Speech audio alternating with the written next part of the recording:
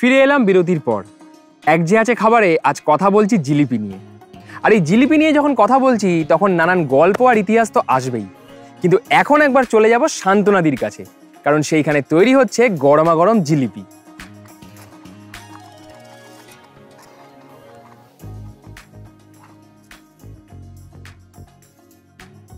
ব্যাটারটা মোটামুটি রেডি হয়ে গেছে, রেখে দিলাম।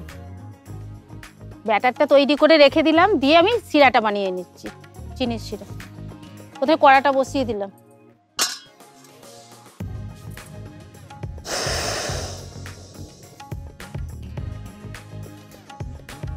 যে পরিমাণ চিনি নেবো সে পরিমাণ জল দেবো।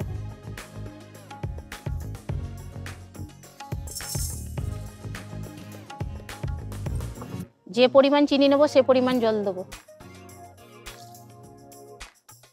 একটু ফুড কালার দিয়ে দিচ্ছি, অল্প পরিমাণ দেবো।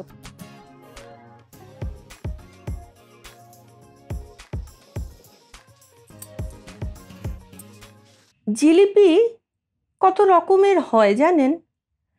এই যে চালের গুঁড়ো ময়দা তো হয়, হয় বিউলির ডালের, হয় ছানা দিয়ে তৈরি ছানার জিলিপি, নরম নরম খেতে, এবং কত রকম গন্ধ দেওয়া যায়। অবাঙালি সমাজে জিলিপিটাকে একটু গোলাপ জল বা জাফরান ছড়িয়ে তার মধ্যে একটু রং মিশিয়ে বড় করে বানানো হয়। সেটা আমাদের বাঙালি স্বাদের সঙ্গে মেশে না ঠিকই, কিন্তু খেতে অপূর্ব। আর খাবারের ব্যাপারে আমাদের বাঙালি জীবনে ঠাকুরবাড়ির অবদান অনেকটা।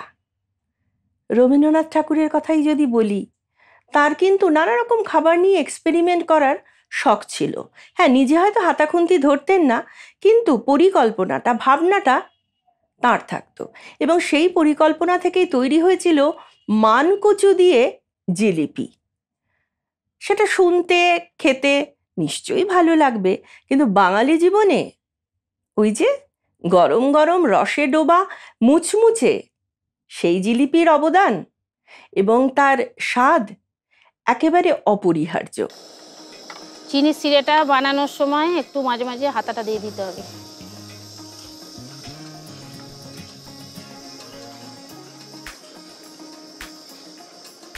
জিলিপির জন্য এই চিনির শিরা বানাতে দেখে আমার একটা কথা মনে পড়ে গেল। জিলিপি আসলে এমন একটি মিষ্টি যাকে এক এক জায়গায় এক এক রকম নামে ডাকা হয়। ভোরবেলায় সূর্যের আলো গায়ে নিয়ে গরম গরম কচুরি, তরকারি আর গরম জিলিপির স্বাদ, আহা, এ যেন অমৃত। আর এই অমৃতর খ্যাতি আজ বাংলায় তো বটেই, গোটা ভারতে ছড়িয়ে পড়েছে। আর স্থান পরিবর্তনের সঙ্গে সঙ্গে বদল এসেছে এর রূপে, কখনো বা এর নামেও। এই যেমন উত্তর ভারতে জালেবি নামে প্রচলিত, সেই জালেবি আবার দক্ষিণ ভারত ব্যবহার করে জিলেবি নামে। মধ্যপ্রদেশে হয়ে যায় মাওয়া জালেবি, আর অন্ধ্রপ্রদেশে এসে নাম আর রূপ বদলে হয়ে যায় ইমারতি, যাকে বাংলায় অমৃতি বলে ডাকা হয়। উল্লেখ্য, এই ইমারতি স্বয়ং মুঘল সম্রাট জাহাঙ্গীরের অত্যন্ত পছন্দের মিষ্টি ছিল বলে এর আরও একটা নাম হয়ে যায়, তা হলো জাহাঙ্গীরি। তবে এই মিষ্টিটির যত নামই থাকুক না কেন, আমাদের কাছে কিন্তু জিলিপি নামটাই সেরা। তাই এই জিলিপি নিয়ে নানা রকম গল্প আর আড্ডা তো চলবেই, কিন্তু এখন একবার শান্তনাদির কাছে ঢু মারতেই হবে, দেখি জিলিপি কত দূর। চিনির শিরাটা নাড়িয়ে নিচ্ছি, নাড়িয়ে এবার একটু দেখে নেব যে আটালো আটালো ভাব এসছে কিনা। মোটামুটি হয়ে গেছে, এবার নামিয়ে নিচ্ছি আমি।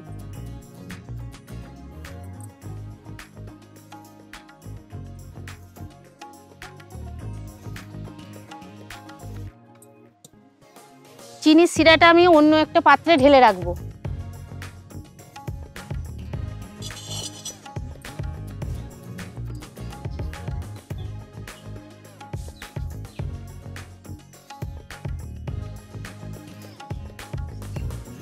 আজ যখন জিলিপি নিয়ে নানান রকম কথা হচ্ছে, তখন একটা কথা বারবার মনে পড়ছে, তা হলো এই জিলিপির নাম জাহাঙ্গীরি হলো কিভাবে?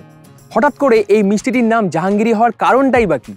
এর পিছনেও রয়েছে অজানা এক ইতিহাস। কথিত আছে, ভোজন রসিক মুঘল সম্রাট জাহাঙ্গীরের সামনে একবার এক বিশেষ মিষ্টি পরিবেশিত হয়। যে মিষ্টিটি ছিল রস বিশিষ্ট, গোলাকৃতি, চক্রাকার প্যাঁচ বিশিষ্ট একটি সোনালী খাবার। আর সেই মিষ্টি খেয়ে সম্রাট জাহাঙ্গীর এতটাই বিমোহিত হয়ে যান যে সেটির সঙ্গে নিজের নাম জুড়ে দেন তিনি।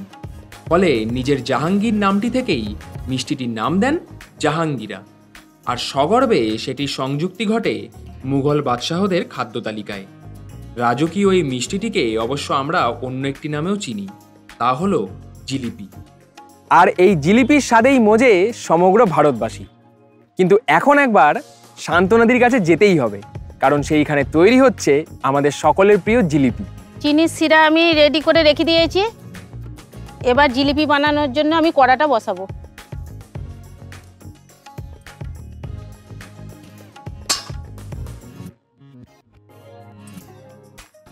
কড়াতে আমি তেল দিয়ে দেবো।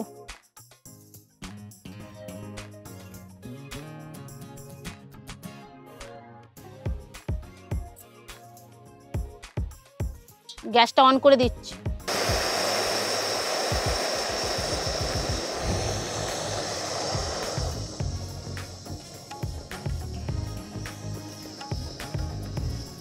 তেলটা আমার গরম হতে থাক। সুস্বাদু জিলিপি তৈরি হতে যদি একটু সময় লাগে তাতে ক্ষতি নেই, রান্না বরং চলতে থাকুক। আর আমি এই ফাঁকে নিয়ে নিই ছোট্ট একটা ব্রেক। 1. সাবস্ক্রাইব করুন, বেল বাটনে ক্লিক করুন।